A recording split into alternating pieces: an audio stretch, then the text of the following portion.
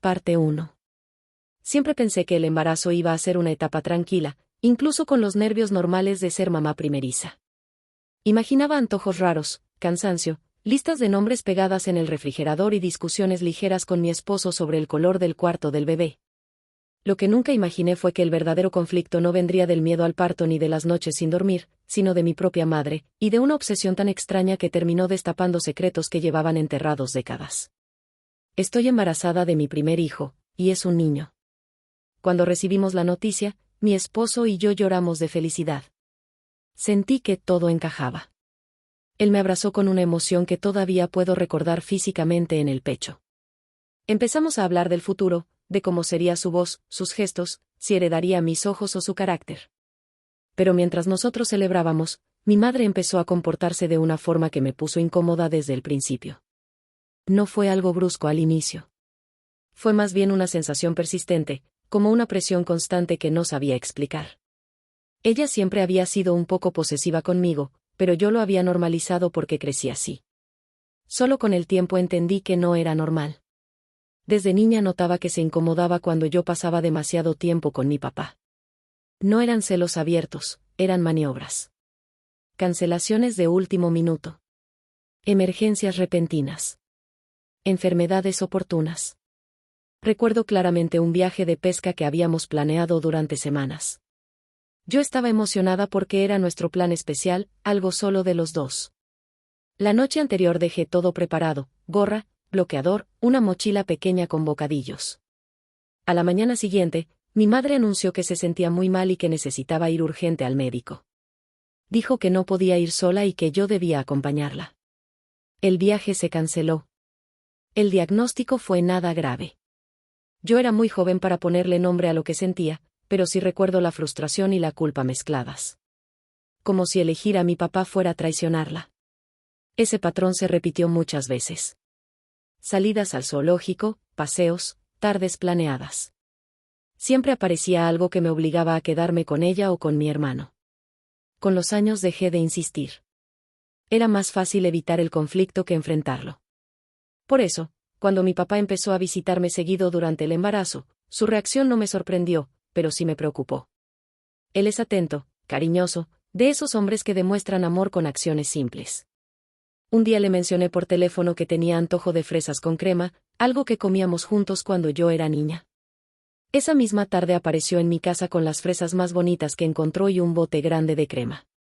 Nos sentamos a prepararlas como antes y me invadió una nostalgia tan dulce que casi lloro. Horas después supe que mi madre lo llamó furiosa. Le reclamó por malcriarme, por consentirme demasiado, por no entender que yo ya era adulta. Cuando me enteré, sentí vergüenza ajena y tristeza. No por mí, sino por él. Solo había querido tener un gesto bonito. Pero eso no fue lo peor. Lo realmente extraño comenzó cuando supo que el bebé sería niño. Desde ese día, cada conversación giraba hacia dos temas específicos, el nombre que debía llevar y el día exacto en que debía nacer. Al principio pensé que era entusiasmo exagerado de futura abuela. Muchas madres opinan sobre nombres. No me molestó de inmediato. El problema fue que no era una sugerencia. Era una exigencia. Empezó a repetir un nombre en particular. No era un nombre familiar. No pertenecía a ningún abuelo, bisabuelo ni tío. No tenía historia para nosotros. Y, siendo honesta, no me gustaba. Tenía un sonido duro y antiguo que no encajaba con nada de lo que mi esposo y yo habíamos imaginado. Nosotros ya teníamos 3 finalistas que habíamos discutido durante semanas, probándolos en voz alta, imaginándolos en el futuro. Ese nombre no estaba en la lista ni cerca de entrar. Intenté ser amable. Le dije que lo consideraríamos. Pensé que con el tiempo se le pasaría. Pero ocurrió lo contrario. Aumentó la presión. Cada llamada regresaba al mismo punto. Cada visita también. Si hablábamos del clima, terminábamos en el nombre. Si hablábamos de vitaminas, también. Luego vino la segunda exigencia, quería que el parto fuera programado en una fecha específica. No cercana. Exacta. Insistía en que debía hablar con mi médico y cambiarlo. Yo le expliqué que la fecha estimada ya estaba definida por los especialistas y que solo se modificaría si hubiera razones médicas. No le importó. Decía que tenía que ser ese día y ningún otro. Empezó a llamarme varias veces al día. A enviarme mensajes largos. A escribirlo incluso en el chat familiar. Al principio todos pensaron que bromeaba. Se reían. Mandaban mensajes divertidos. Pero cuando notaron que no era un chiste, el grupo se quedó en silencio. Yo trataba de mantener la calma, pero por dentro empezaba a sentir una tensión constante. Estaba en la etapa final del embarazo y en lugar de paz sentía presión. Cada notificación en el teléfono me ponía nerviosa porque sabía de qué iba a hablar. Intenté poner límites suaves. Luego límites firmes. No funcionó. Su respuesta siempre era la misma: después de todo lo que había hecho por mí, lo mínimo que podía hacer era concederle eso. Eso. Como si el nombre de mi hijo y el día de su nacimiento fueran un favor personal hacia ella. No entendía de dónde venía esa obsesión. No tenía lógica. No tenía contexto. No tenía explicación, todavía. Y justo cuando pensé que solo estaba lidiando con una madre controladora que no aceptaba límites, apareció el primer indicio de que esto no era solo control. Era algo mucho más profundo. Y mucho más oscuro. Porque pronto descubriría que ese nombre no era una casualidad. Parte 2. Mientras más intentaba mantener la calma, más evidente se volvía que mi madre no pensaba retroceder ni un centímetro. No era solo insistencia. Era una campaña constante. Yo sentía que estaba defendiendo territorio cada vez que sonaba mi teléfono. Mi esposo empezó a notarlo con claridad. Al principio trató de mantenerse al margen para no aumentar mi estrés, pero había momentos en los que me veía colgar una llamada con los ojos vidriosos y los hombros tensos. Me preguntaba qué había pasado y yo repetía lo mismo: otra vez el nombre, otra vez la fecha. Él respiraba profundo y me recordaba algo que se convirtió en una especie de ancla para mí: este bebé es nuestro, las decisiones son nuestras. Aún así, la presión seguía creciendo. Mi madre comenzó a usar culpa emocional de forma directa. Decía que yo era desagradecida. Que después de todo lo que había sacrificado por mí, no podía creer que me negara a cumplirle algo tan pequeño. Me sorprendía cómo lograba convertir una decisión íntima de maternidad en una deuda moral.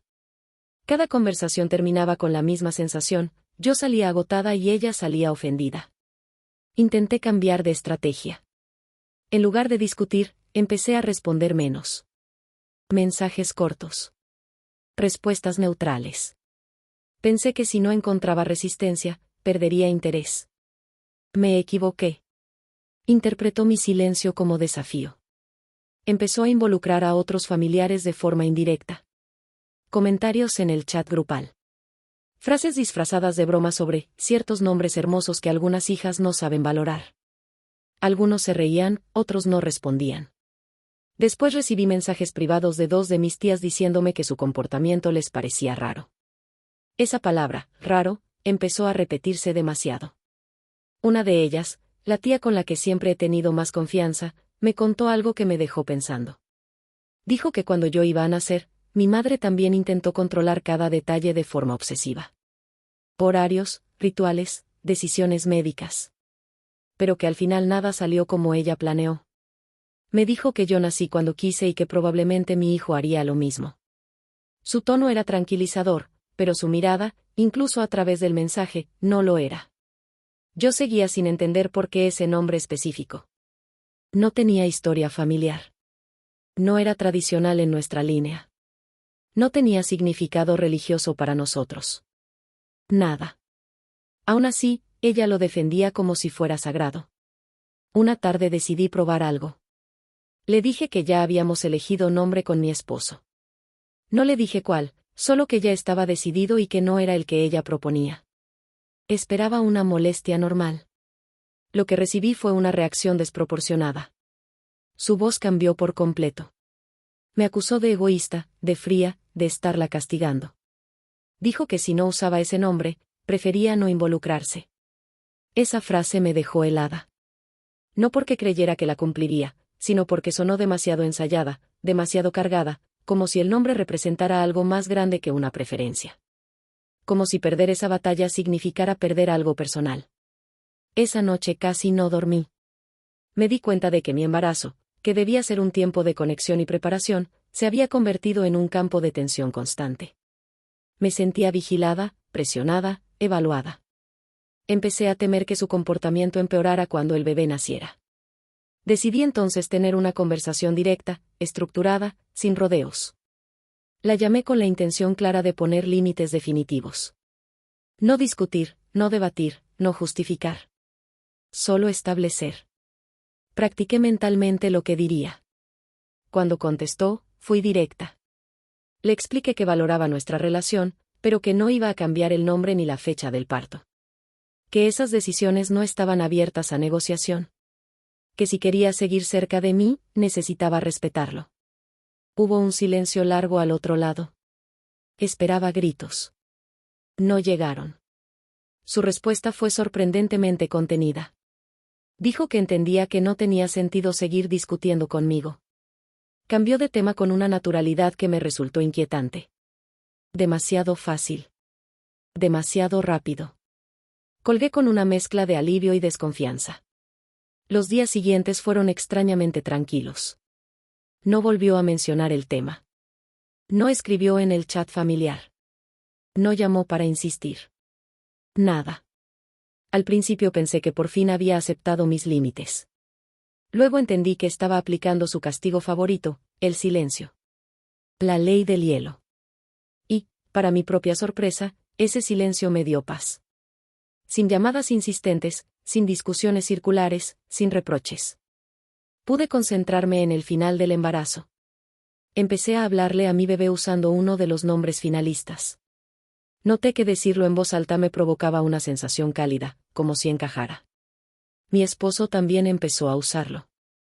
Poco a poco dejó de ser el bebé y empezó a ser alguien concreto para nosotros. Finalmente, entre los 3 nombres, hubo un claro ganador. No por lógica, sino por sentimiento. Cada vez que lo decíamos, se sentía correcto. La decisión quedó sellada en privado, sin anuncios públicos. Era nuestro. Pensé que lo más difícil ya había pasado. No sabía que el verdadero conflicto ni siquiera había empezado.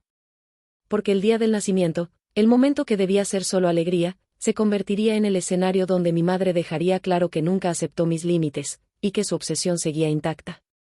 Y esa escena cambiaría todo lo que yo creía saber sobre ella. Parte 3. El día del parto llegó con una mezcla de nervios y una calma extraña que no esperaba sentir. Después de tantos meses de tensión, llamadas incómodas y discusiones por límites, mi única prioridad era que mi hijo naciera sano. Todo lo demás quedó en segundo plano. Incluso mi madre. El parto fue intenso, largo y físicamente agotador, pero también profundamente emocionante. Hay un momento exacto en el que todo el dolor pierde protagonismo y solo existe ese primer llanto. Cuando lo escuché, sentí que el mundo se reorganizaba. Como si todas las piezas encajaran de golpe. Lloré sin control. Mi esposo también. No necesitábamos hablar. Todo estaba ahí. Nació exactamente en la fecha estimada por los médicos. Ni el día que mi madre exigía, ni uno distinto por capricho. Justo el que correspondía médicamente. Recuerdo pensar, incluso en ese estado de cansancio extremo, que eso ya era una respuesta simbólica a toda su presión. Mantuvimos el nombre que habíamos elegido. No dudamos ni un segundo. Cuando lo dije en voz alta por primera vez con él en mis brazos, sentí una certeza total. Era su nombre. Siempre lo había sido. En el hospital había restricciones de entrada, así que solo podía pasar una persona a la vez a la habitación. Mis padres llegaron junto con mi esposo. Apenas se abrió la posibilidad de entrar, mi madre se adelantó sin preguntar. No miró a nadie. Solo afirmó que ella pasaría primero. Mi esposo y mi papá intercambiaron una mirada incómoda, pero para evitar tensión en ese momento tan delicado, la dejaron entrar. Al principio todo parecía normal. Se acercó despacio, miró al bebé con una expresión que cualquiera interpretaría como ternura auténtica. Se emocionó. Dijo que era hermoso. Yo quise creer que ese era el inicio de una nueva etapa más sana. Duró muy poco. Casi de inmediato empezó a llamarlo por el nombre que ella había impuesto durante meses. El nombre que yo había rechazado claramente. No fue un error. No fue confusión. Lo repitió varias veces con total naturalidad, como si fuera oficial. Sentí un nudo en el estómago.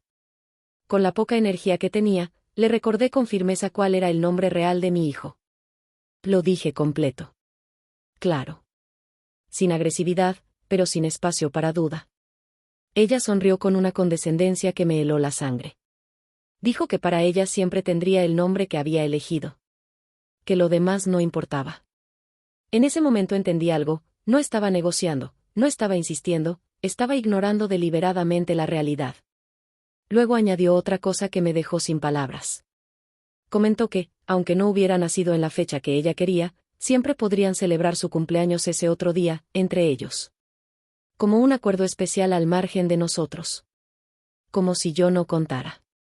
Como si los padres no fuéramos parte de la ecuación. Acababa de dar a luz y ya estaba intentando apropiarse de símbolos fundamentales de la identidad de mi hijo. Intenté razonar una última vez.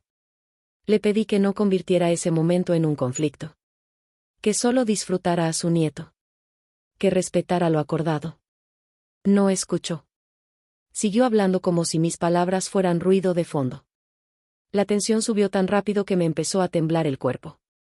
Justo en ese momento entró una enfermera para revisar a la otra paciente de la habitación compartida. Aproveché su presencia y, con voz baja pero firme, le pedí que por favor acompañara a mi madre fuera si no iba a respetar mis indicaciones. Mi madre se indignó. Dijo que tenía derecho a estar ahí. Que nadie podía sacarla. La enfermera, con mucha calma, explicó que estaba cumpliendo la voluntad de la paciente. Yo. Ver a mi madre salir molesta de la habitación minutos después de conocer a su nieto no fue la imagen que imaginé durante el embarazo. Pero tampoco sentí culpa. Sentí algo distinto. Sentí protección. Instinto. Límite real. Más tarde supe lo que pasó afuera. Discutió con el personal. Exigió supervisores. Reclamó privilegios. Intentó impedir que mi papá entrara después que ella, diciendo que si a ella no la dejaban quedarse, él tampoco debía pasar. Incluso en ese momento intentó controlar quién podía ver al bebé. Pero mi papá no cedió. Entró poco después. Venía con los ojos brillosos. Se acercó despacio, como si temiera romper algo sagrado. Lo cargó con un cuidado que me transportó directo a mi infancia. Me dijo que estaba orgulloso de mí, que me concentrara en recuperarme y que no me preocupara por nada más. Su presencia fue un bálsamo. Un contraste total con el caos anterior.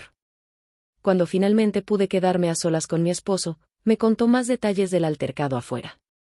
Mi madre estaba furiosa con todos, hospital, enfermera, él, mi papá. Con cualquiera que no se alineara con su voluntad. Los días siguientes trajeron algo inesperado. Silencio total de su parte. No llamadas. No mensajes. No preguntas por el bebé. Nada. Al principio me pareció extraño. Luego entendí que no era indiferencia, era castigo. Distancia calculada. Pero esta vez no me rompió. Me dio espacio para respirar, para adaptarme, para conocer a mi hijo sin interferencias. Pensé que el conflicto terminaría ahí. No sabía que una visita aparentemente inocente, 2 semanas después, iba a revelar el verdadero origen de su obsesión, y abrir una duda que pondría en jaque toda mi historia familiar. Y cuando escuché esa explicación, sentí que el piso desaparecía bajo mis pies. Quiero preguntarte algo antes de seguir. Si alguien intentara imponer el nombre de tu hijo de esa manera, incluso ignorando tu decisión directa, ¿lo considerarías preocupación o control? Te leo en comentarios. Parte 4. Las primeras semanas en casa con mi bebé fueron una mezcla de agotamiento extremo y felicidad pura. El tiempo se volvió extraño. Los días y las noches se confundían entre tomas, cambios de ropa y siestas cortas. Aún así, me sentía en paz. Había logrado proteger el momento del nacimiento, mantener el nombre que elegimos y marcar límites claros. Mi madre seguía sin aparecer. Ni mensajes, ni llamadas, ni intentos indirectos. Nada. Y aunque su ausencia tenía un peso emocional, también traía tranquilidad. No tenía que defender decisiones a cada rato. No tenía que prepararme mentalmente antes de contestar el teléfono. Mi papá, en cambio, estaba más presente que nunca. Venía seguido, siempre con algo útil o un detalle pequeño.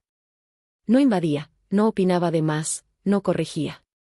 Solo ayudaba y disfrutaba. Verlo con su nieto en brazos me confirmaba algo que siempre supe: él era un hombre naturalmente afectuoso, solo que durante mi infancia muchas veces quedó relegado por las maniobras silenciosas de mi madre. Recibimos varias visitas de la familia de mi esposo también. Todo era bastante armonioso. Hasta que un día me escribió una prima de mi madre, aunque siempre la he llamado tía por cercanía, preguntando si podía venir a conocer al bebé. Dudé unos segundos. Pensé que tal vez venía como emisaria, enviada para reabrir el debate del nombre y la fecha. Estuve a punto de decir que no. Por alguna razón, acepté. Cuando llegó, la conversación empezó ligera. Comentarios sobre lo rápido que crecen los recién nacidos, historias de maternidad, recuerdos familiares. Se sentía natural. No había tensión. Eso me relajó y bajé la guardia. En algún punto mencioné lo difícil que había sido el comportamiento de mi madre durante el embarazo. Lo dije con cuidado, sin dramatizar, como quien comparte algo que ya pasó. Esperaba que ella dijera que sí, que mi madre era intensa, que siempre fue así. Pero su expresión cambió a sorpresa genuina. No sabía nada. No estaba en el chat familiar donde ocurrió todo el drama. No conocía la presión por el nombre. No sabía de la exigencia por la fecha. Mucho menos del incidente en el hospital. Me pidió que le explicara desde el principio, y así lo hice. Detallé las llamadas, las amenazas de dejar de hablarme, la escena del nacimiento, todo. Mientras hablaba, noté que su rostro pasaba de la sorpresa a la preocupación. Cuando terminé, hubo un silencio largo. De esos silencios que no son incómodos, sino pesados. Finalmente suspiró y dijo algo que partió la historia en dos. Dijo que creía saber por qué mi madre estaba tan obsesionada con ese nombre y esa fecha. Sentí un frío inmediato en el estómago. Me explicó que, muchos años antes de conocer a mi padre, mi madre tuvo una relación intensa con un hombre del que estuvo profundamente enamorada. No fue larga, pero sí, según sus palabras, muy marcada emocionalmente. Yo nunca había escuchado de él. Jamás. Para mí, la historia de mis padres siempre había sido limpia, lineal, sin capítulos previos importantes. Luego vino el golpe. El nombre que mi madre quería imponerle a mi hijo era el de ese hombre. Y la fecha que exigía para el nacimiento coincidía con su cumpleaños. Recuerdo perfectamente la sensación física, como si alguien hubiera bajado el volumen del mundo de golpe. Escuchaba, pero a la vez no, mi mente trataba de acomodar la información y no encontraba dónde ponerla. No era tradición. No era gusto. No era capricho. Era una reliquia emocional. De pronto todo encajaba de forma inquietante: la intensidad, la rigidez, la falta de negociación, la carga emocional desproporcionada. No estaba defendiendo un nombre. Estaba defendiendo un recuerdo. Después de que se fue, me quedé en silencio largo rato con mi bebé dormido en el pecho. Empecé a repasar mi historia familiar completa como si buscara grietas. Me di cuenta de que no sabía casi nada del pasado sentimental de mi madre. Nunca fue un tema abierto. Nunca se mencionaron relaciones anteriores. Nunca hubo anécdotas. Y entonces apareció la duda que no debía aparecer, pero apareció. Si ese hombre fue tan importante, si la marca fue tan profunda, ¿realmente desapareció por completo de su vida? La pregunta evolucionó rápido hacia algo más peligroso. ¿Y si no desapareció cuando yo creo? Esa noche miré a mi hijo mientras dormía y, sin querer, empecé a pensar en rasgos, herencias, parecidos. No porque hubiera señales, sino porque la semilla de la duda ya estaba plantada. Y cuando esa duda entra, empieza a crecer sola. Cuando mi esposo entró a la habitación, no pude sostenerlo más. Lloré. Le conté todo: la visita, la revelación, el nombre, la fecha, el antiguo amor. Él me escuchó sin interrumpir, con esa calma firme que tiene cuando la situación es seria. Me abrazó y me dijo que no iba a enfrentar esto sola. Que si necesitaba respuestas, las buscaríamos. Sin miedo. Esa fue la primera vez que pensé en hacer una prueba de ADN. Y aunque en ese momento me pareció una idea extrema, ya no pude sacarla de mi cabeza. Déjame preguntarte algo. Si descubrieras que una obsesión familiar escondía una historia del pasado que nadie te contó, ¿investigarías hasta el final o preferirías no remover nada?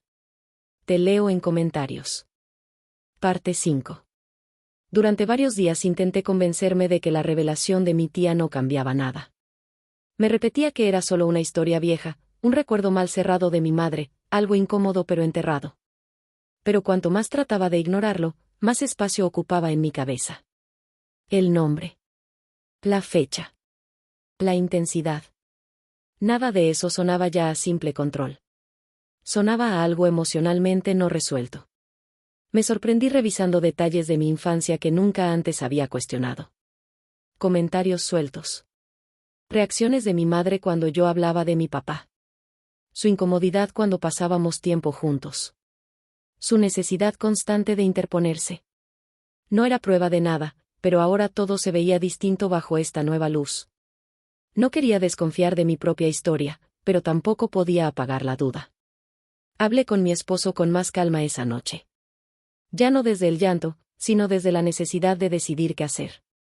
Le dije que no quería vivir con una pregunta permanente rondando mi cabeza. Que si existía la mínima posibilidad de que hubiera algo oculto, prefería enfrentarlo de una vez, aunque doliera. Él no intentó frenarme ni minimizar lo que sentía.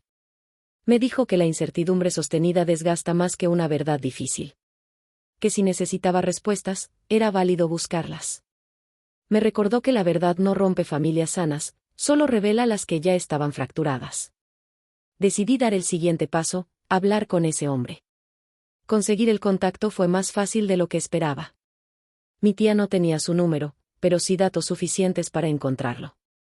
Cuando por fin tuve el teléfono frente a mí, dudé varios minutos antes de llamar. Sentía que estaba cruzando una puerta que no se podía cerrar después. Marcó. Contestó. Su voz sonó confundida cuando me presenté. Le expliqué quién era y por qué llamaba. No fui agresiva ni acusatoria. Solo directa. Le conté el comportamiento reciente de mi madre, la insistencia con el nombre y la fecha, y lo que me habían revelado sobre su relación pasada. Hubo un silencio largo del otro lado. No de evasión. De impacto. Finalmente habló con tono sereno. Dijo que sí, que había tenido una relación con mi madre en su juventud, pero que fue breve y terminó mucho antes de que ella conociera a mi padre. Afirmó que nunca retomaron contacto después. Que siempre respetó su matrimonio. Que no tenía razones para pensar que yo fuera su hija. No sonó nervioso. No sonó defensivo. Sonó, claro. Y, aún así, no fue suficiente para apagar la duda. Entendí algo importante en ese momento: cuando la confianza se quiebra por sospecha, la tranquilidad ya no depende de versiones, sino de pruebas. Le agradecí la honestidad y colgué. Me quedé mirando la pantalla varios segundos, respirando lento. No sentí alivio completo. Solo una pieza más del rompecabezas. El siguiente paso era el más difícil de todos. Hablar con mi papá. Solo pensarlo me oprimía el pecho. Él había sido mi apoyo constante, mi refugio emocional, el abuelo presente, el hombre que nunca me falló. Plantear siquiera la posibilidad de una duda biológica me parecía cruel. Pero ocultarlo también lo era. Elegí un momento tranquilo. Sin prisas. Sin distracciones. Le pedí que se sentara conmigo y le conté todo desde el principio. La visita de la tía, la historia del antiguo novio, la coincidencia del nombre y la fecha, la llamada que yo misma había hecho. No levantó la voz. No reaccionó con enojo. Escuchó completo. Me dijo que sí sabía que ese hombre existió. Que fue previo a su relación con mi madre. Pero que no tenía conocimiento de contacto posterior ni detalles como cumpleaños o datos personales. Por eso no había hecho la conexión cuando empezó la obsesión del nombre. Cuando mencioné la posibilidad de una prueba de ADN, no dudó. Aceptó de inmediato. Eso me rompió y me sostuvo al mismo tiempo. Rompió porque mostraba que entendía la gravedad de la duda. Sostuvo porque demostraba seguridad. Me dijo que prefería una verdad confirmada a una sospecha eterna. Que nuestra relación no dependía de un resultado de laboratorio, pero que la claridad sí era necesaria. Decidimos hacer la prueba sin decirle nada a mi madre todavía. Primero hechos. Luego confrontación. Las semanas de espera fueron pesadas. Intenté enfocarme en mi bebé, en la rutina, en las pequeñas alegrías diarias. Pero la pregunta siempre estaba ahí, como ruido de fondo. A veces suave. A veces ensordecedora. No publiqué nada. No comenté con más familiares. Era un proceso demasiado delicado. Pensé que lo más duro era esperar el resultado. No sabía que, incluso con la respuesta en la mano, el verdadero terremoto familiar todavía estaba por comenzar. Quiero saber tu opinión. Si tuvieras una duda así de grande sobre tu origen, ¿harías la prueba aunque pudiera romper relaciones, o preferirías vivir sin saber? Te leo en comentarios. Parte 6. La espera de los resultados fue mucho más difícil de lo que imaginé. No era una ansiedad ruidosa, de esas que te hacen caminar de un lado a otro. Era algo más silencioso y constante. Como tener una pregunta instalada en la cabeza que no se apaga ni cuando estás cansada. Seguía con mi rutina de madre primeriza, tomas cada pocas horas, ropa diminuta doblada en montones, el sonido del monitor del bebé de fondo. Por fuera mi vida era completamente normal. Por dentro, todo estaba en pausa. Había días en los que me convencía de que la duda era exagerada, que todo esto era consecuencia del comportamiento extraño de mi madre y nada más. Pero luego recordaba su obsesión casi desesperada con el nombre y la fecha, y la inquietud regresaba. Mi papá se mostró sereno durante todo el proceso. Eso me ayudó más de lo que él imagina. Seguía viniendo a ver a su nieto, seguía siendo cariñoso, presente, estable. No evitaba el tema, pero tampoco lo dramatizaba. Decía que la verdad no se asusta de las pruebas. Cuando por fin llegó el aviso de que los resultados estaban listos, sentí que me faltaba el aire. Fuimos juntos a recibirlos. Recuerdo el sobre en mis manos. Cerrado. Delgado. Capaz de mover décadas de historia con una sola línea impresa. Lo abrimos ahí mismo. Probabilidad de paternidad, 99.99%. Mi papá es mi papá biológico. No pude contener el llanto. Lo abracé con una fuerza que me salió desde el centro del cuerpo. Él también lloró. No de tristeza, de alivio. Fue un momento íntimo, poderoso, reparador. Toda la tensión acumulada se liberó en segundos. Pero la paz duró menos de lo esperado. Porque la prueba resolvía una duda, pero no explicaba la obsesión de mi madre. No borraba su conducta. No eliminaba el hecho de que llevaba décadas aferrada emocionalmente a otro hombre. No aclaraba si hubo contacto posterior. No respondía qué lugar ocupaba realmente mi padre en su corazón. Mi papá fue el primero en decirlo en voz alta: el resultado no cambia lo que ella ha estado haciendo. Me explicó que llevaba tiempo reflexionando en silencio. Que, incluso antes de la prueba, ya se sentía desplazado emocionalmente desde hacía años. Que ahora, viendo todo el patrón completo, la obsesión, el secreto, la intensidad, entendía que su matrimonio estaba sostenido más por costumbre que por verdad. Dijo que iba a pedir el divorcio. No lo dijo con rabia. Lo dijo con cansancio lúcido. Esa frase me cayó como piedra. Aunque yo estaba molesta con mi madre, nunca imaginé que todo terminaría así. Una cosa era el conflicto por mi embarazo. Otra muy distinta era el colapso total de su matrimonio. Me sentí culpable durante unos minutos. Como si al buscar respuestas hubiera detonado una explosión mayor. Él fue quien me quitó esa idea de la cabeza. Me dijo algo que no voy a olvidar: la verdad no destruye matrimonios sanos, solo expone los que ya estaban rotos. Acordamos que primero hablaría él con ella. Con los resultados en la mano. Sin acusaciones exageradas, pero con hechos claros. Yo no estaría presente en esa conversación. Era un tema entre ellos. Los días previos a esa charla fueron tensos, incluso a la distancia. Yo casi no tenía contacto con mi madre, pero sabía que algo grande se acercaba. Se sentía en el ambiente familiar.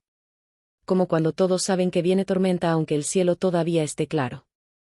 Cuando finalmente ocurrió la confrontación, no fue tranquila. Mi madre reaccionó a la defensiva desde el primer minuto. No mostró vergüenza ni arrepentimiento. Mostró enojo. Dijo que nadie tenía derecho a investigar su pasado. Que contactar a ese hombre fue una traición. Que la prueba de ADN fue una ofensa imperdonable. No negó la obsesión. No explicó el por qué. Solo atacó el hecho de que la descubrieran. Y entonces hizo algo que terminó de romper lo poco que quedaba en pie. Para desviar la atención, insinuó que si nosotros desconfiábamos de ella, entonces mi esposo también debería hacerse una prueba de ADN con nuestro hijo. Dejó caer la idea de que tal vez yo no había sido fiel. Cuando mi esposo me contó eso, sentí una mezcla de rabia y claridad absoluta. No era solo controladora. No era solo obsesiva. Era capaz de destruir reputaciones con tal de no enfrentar su propia conducta. Mi esposo no dudó ni un segundo. Dijo que quien vive en la mentira suele pensar que todos mienten. Que él confiaba en mí completamente. Ese respaldo, en medio del caos, fue un pilar. El proceso de divorcio comenzó poco después. Y aunque pensé que ese sería el punto más bajo de toda esta historia, todavía faltaba un último intento de control por parte de mi madre. Uno que afectaría directamente a mi nueva familia. Te pregunto algo.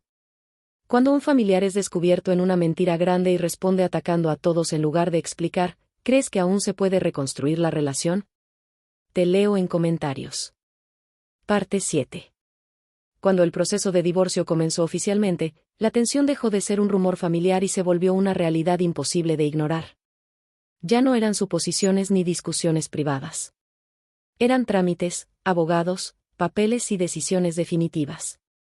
Yo pensé que, con eso, mi madre bajaría la intensidad. Que tocar fondo la obligaría a reflexionar. Me equivoqué otra vez. Su reacción no fue de introspección. Fue de ataque. Empezó a decirle a quien quisiera escucharla que todo era culpa mía. Que yo había destruido su matrimonio por meterme donde no me correspondía.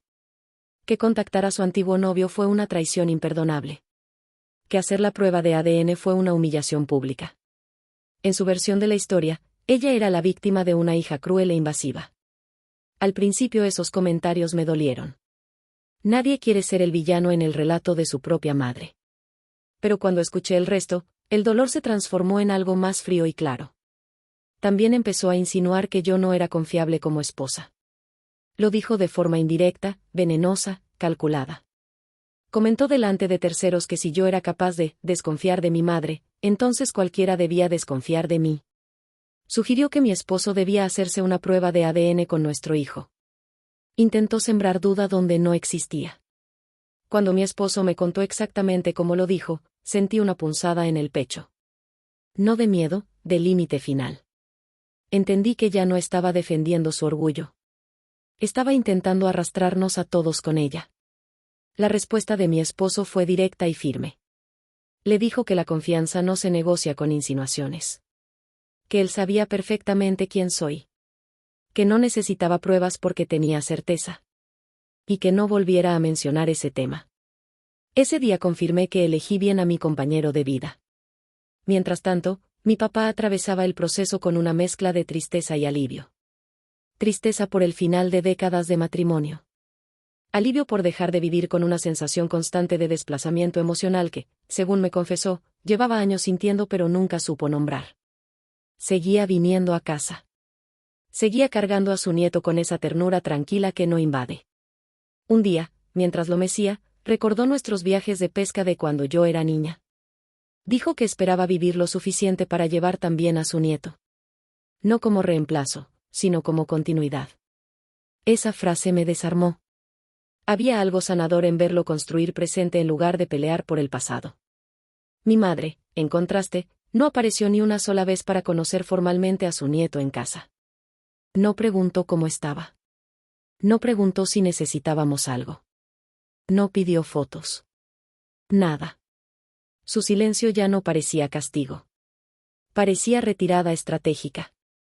Y contra todo pronóstico, no la extrañé. Sentí culpa por pensar eso al principio. La idea cultural de que madre es madre pesa mucho. Pero la paz que había en mi casa sin su presencia era innegable. No había tensión ambiental. No había correcciones no pedidas. No había competencia emocional por el bebé. Empecé a entender algo difícil de aceptar: no toda distancia es pérdida. A veces es protección. Otras ramas de la familia comenzaron a acercarse más. Mis tías, sus propias hermanas, me dijeron en privado que su comportamiento llevaba años siendo complicado, pero que ahora había cruzado límites imposibles de justificar. Varias admitieron que siempre hubo una sombra alrededor de esa antigua relación que nunca terminó de cerrarse del todo. Eso me confirmó que no estaba exagerando. No era sensibilidad de embarazo. No era dramatización. Era patrón. Con el paso de las semanas, mi enfoque se volvió más claro. Mi responsabilidad ya no era sostener la imagen de hija comprensiva a toda costa. Era proteger a mi hijo. Mi núcleo. Mi paz mental. Entendí que permitir conductas tóxicas por lealtad familiar también es una forma de descuido. Pensé que, con el divorcio en marcha y la distancia establecida, la historia empezaría a apagarse sola. Pero entonces llegó un mensaje inesperado. Un mensaje que demostraba que mi madre no había soltado el control, solo había cambiado de estrategia. Y esa nueva jugada me obligaría a tomar la decisión más firme de todas. Quiero saber qué piensas. ¿Crees que hay un punto donde poner límites a un padre deja de ser rebeldía y se convierte en responsabilidad? Te leo en comentarios. Parte 8. Cuando creí que la tormenta finalmente estaba perdiendo fuerza, llegó el mensaje. No fue una llamada dramática ni una visita inesperada. Fue algo mucho más calculado, un texto largo, cuidadosamente escrito, enviado en privado. Venía de mi madre después de semanas de silencio total. Ver su nombre en la pantalla me provocó una reacción física inmediata, como una descarga fría en el pecho. Lo abrí preparada para reproches. No fue exactamente eso. El tono era aparentemente tranquilo, incluso conciliador. Decía que había estado reflexionando, que lamentaba cómo se habían salido de control las cosas, que la situación del divorcio la tenía emocionalmente devastada. Hablaba de dolor, de traición, de sentirse desplazada de su propia familia. No pedía perdón directo por nada concreto, pero construía un escenario donde ella era la gran herida de toda la historia.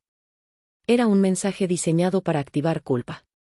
Luego llegó la parte central, decía que quería verme. A solas. Sin mi esposo. Sin mi papá. Sin interferencias. Según ella, necesitábamos una conversación madre-hija honesta para sanar. Hace unos meses habría aceptado sin dudar. Ese día no. Le respondí que no tenía problema en hablar, pero que no sería a solas y que mi esposo estaría presente. Su respuesta llegó rápido y con el primer filo real, dijo que entonces no tenía sentido, porque él me controlaba y no me dejaba pensar por mí misma. Ahí confirmé que no había reflexión genuina. Solo nuevo ángulo de ataque. No respondí de inmediato. Dejé el teléfono a un lado y respiré. Me di cuenta de algo importante, antes yo reaccionaba. Ahora yo evaluaba. La distancia me había devuelto perspectiva. Horas después envió otro mensaje. Esta vez fue más directa. Dijo que, aunque yo hubiera elegido otro nombre oficial, ella iba a llamar a mi hijo por el nombre que siempre debió tener. Que era su forma de honrar lo que consideraba correcto. Que no pensaba pedir permiso para amar a su nieto, a su manera. Esa frase fue reveladora. No hablaba de cariño. Hablaba de apropiación simbólica otra vez. Nombre y significado. Identidad y control. Le contesté con la mayor claridad que he usado en mi vida. Le dije que si no podía usar el nombre real de mi hijo, entonces no podría tener contacto con él. Sin gritos. Sin insultos. Solo condición directa. Tardó casi un día en responder. Cuando lo hizo, explotó. Dijo que yo era cruel. Que estaba usando al bebé como arma. Que todas las madres tienen derecho especial sobre sus nietos. Que algún día yo entendería su dolor. Ninguna respuesta a la petición concreta. Solo dramatización y ataque. No volví a contestar. Esa noche hablé con mi esposo y tomamos una decisión formal, contacto cero temporal. No bloqueos impulsivos, no escenas públicas. Solo límite operativo. Sin visitas, sin llamadas, sin acceso al bebé hasta que hubiera respeto explícito a reglas básicas. Aplicarlo fue más difícil emocionalmente de lo que suena. No por duda, por duelo. Porque aceptar que necesitas distancia de tu propia madre duele aunque sea correcto. Los días siguientes fueron extrañamente estables. Mi casa volvió a sentirse ligera. Me di cuenta de cuánto estrés invisible había estado cargando durante meses. Dormía mejor. Disfrutaba más a mi hijo.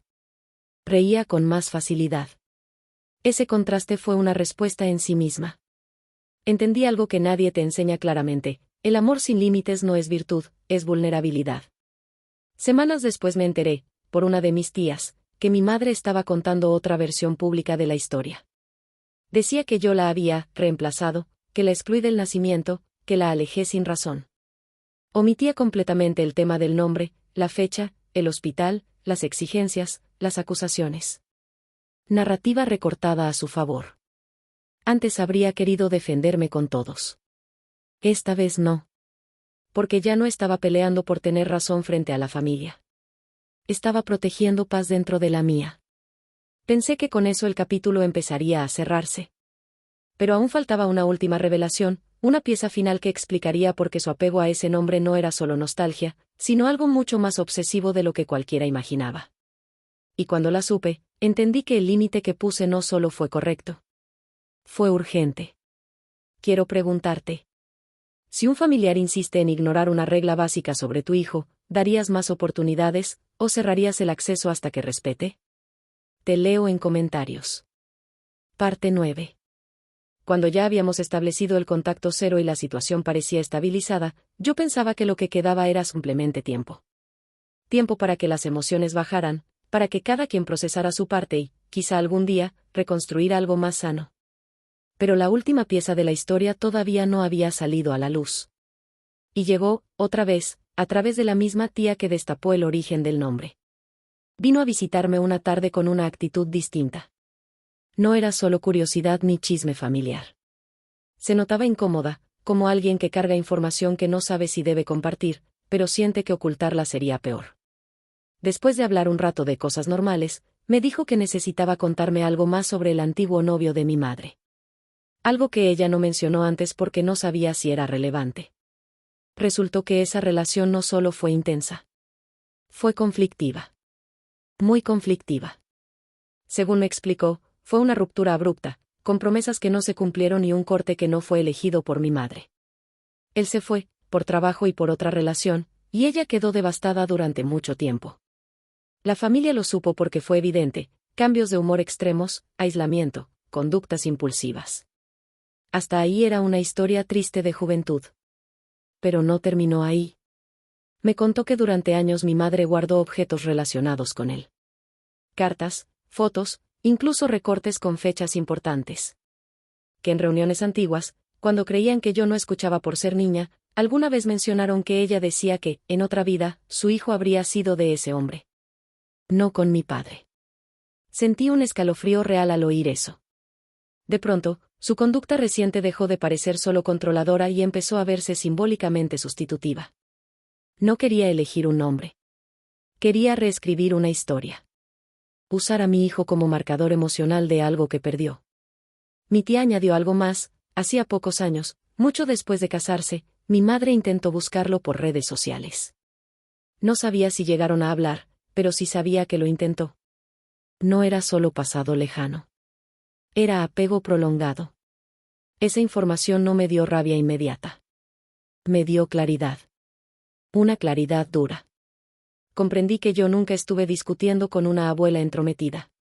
Estuve enfrentando una proyección emocional no resuelta de décadas. Por eso no negociaba. Por eso no cedía. Por eso ignoraba límites, porque no estaba viendo a mi hijo, estaba viendo un símbolo. Esa noche no pude dormir mucho. Me senté con mi bebé en brazos en la sala oscura y pensé en algo que me golpeó fuerte: hay adultos que no superan su pasado, y terminan intentando vivirlo a través de la siguiente generación. Eso era exactamente lo que yo había detenido sin saberlo al principio. Con esa nueva información, el contacto cero dejó de sentirse temporal. Empezó a sentirse estructural. No como castigo, como barrera de seguridad emocional. Días después, mi madre intentó un nuevo acercamiento, esta vez usando intermediarios. Mensajes a través de familiares diciendo que estaba lista para perdonar. Esa frase me confirmó que no entendía nada. No era ella quien debía perdonar. No respondí. Mi papá, en paralelo, avanzaba con el divorcio. Se le veía más liviano, aunque triste. Un día me dijo algo que cerró el círculo completo: amar a alguien no siempre significa quedarse. A veces significa aceptar quién es realmente y apartarte. Miré a mi hijo mientras decía eso y supe que yo estaba haciendo exactamente lo mismo, pero una generación antes. Creí que esa sería la última sacudida de la historia. Hasta que llegó un paquete a la casa. Sin remitente claro. Y cuando lo abrimos, entendí que mi madre todavía no había soltado absolutamente nada. Quiero saber qué piensas. ¿Crees que alguien puede amar de verdad si intenta convertir a un niño en reemplazo emocional de su pasado? Te leo en comentarios. Parte 10. El paquete llegó un martes por la mañana. Sin aviso. Sin remitente reconocible. Solo mi dirección escrita a mano. No parecía peligroso, pero sí extraño. Mi esposo lo dejó sobre la mesa y me preguntó si esperaba algo. Negué. Sentí esa incomodidad instintiva que aparece cuando algo no encaja. Lo abrimos juntos. Dentro había una caja pequeña, decorada con papel antiguo. No infantil. No de bebé. Antiguo. Al abrirla encontré 3 cosas: una cadena de plata para recién nacido, una tarjeta, y una fotocopia ampliada de una foto vieja. La tarjeta decía: para que lleve el nombre correcto en el corazón, aunque no lo dejen llevarlo en voz alta. No estaba firmada, pero no hacía falta. La foto era de mi madre joven con un hombre que yo nunca había visto, abrazados con una cercanía que no dejaba dudas. En la parte inferior, escrito a mano, estaba el mismo nombre que ella intentó imponer, y una fecha. La fecha exacta que quiso para el nacimiento. No era un gesto de amor. Era una declaración de persistencia. Mi esposo me miró sin decir nada. No hacía falta. Ambos entendimos el mensaje implícito, no había soltado la idea, solo la había cambiado de canal. Ya que no podía decidir oficialmente, intentaba marcar simbólicamente. Esa fue la primera vez que sentí algo distinto al enojo o la tristeza. Sentí cierre. Porque cuando alguien te muestra tan claramente que no va a respetar límites básicos sobre la identidad de tu hijo, deja de existir la ambigüedad. Ya no hay, quizá. Ya no hay, tal vez se entienda después. Hay evidencia. Guardamos todo en la caja sin dramatizar. No hubo escena. No hubo lágrimas. Solo confirmación. Ese mismo día formalizamos la decisión, contacto cero indefinido.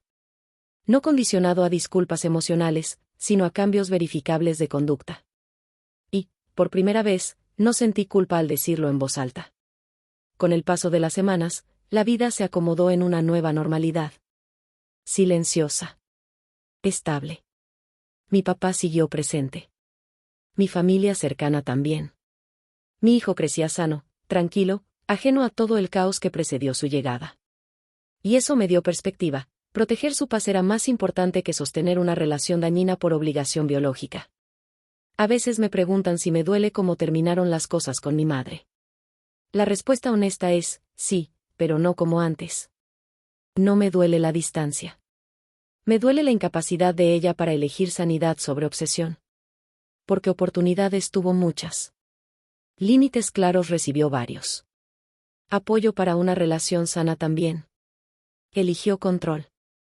Entendí algo que me habría ayudado a saber años antes: poner límites a un padre no es traición, es madurez cuando hay daño. Y convertirse en madre cambia el eje completo. Dejas de proteger la relación hacia arriba y empiezas a proteger la vida hacia abajo. No sé si algún día ella buscará ayuda real. No sé si podrá mirar esta historia sin verse como víctima. No sé si habrá reconciliación futura. Lo que sí sé es que mi hijo tendrá identidad propia, nombre propio y una historia que no carga fantasmas ajenos. Y esa fue la batalla que valió la pena ganar. Y ahora te pregunto a ti para cerrar esta historia. Si estuvieras en mi lugar, ¿habrías intentado una última reconciliación, o habrías hecho exactamente lo mismo? Te leo en comentarios.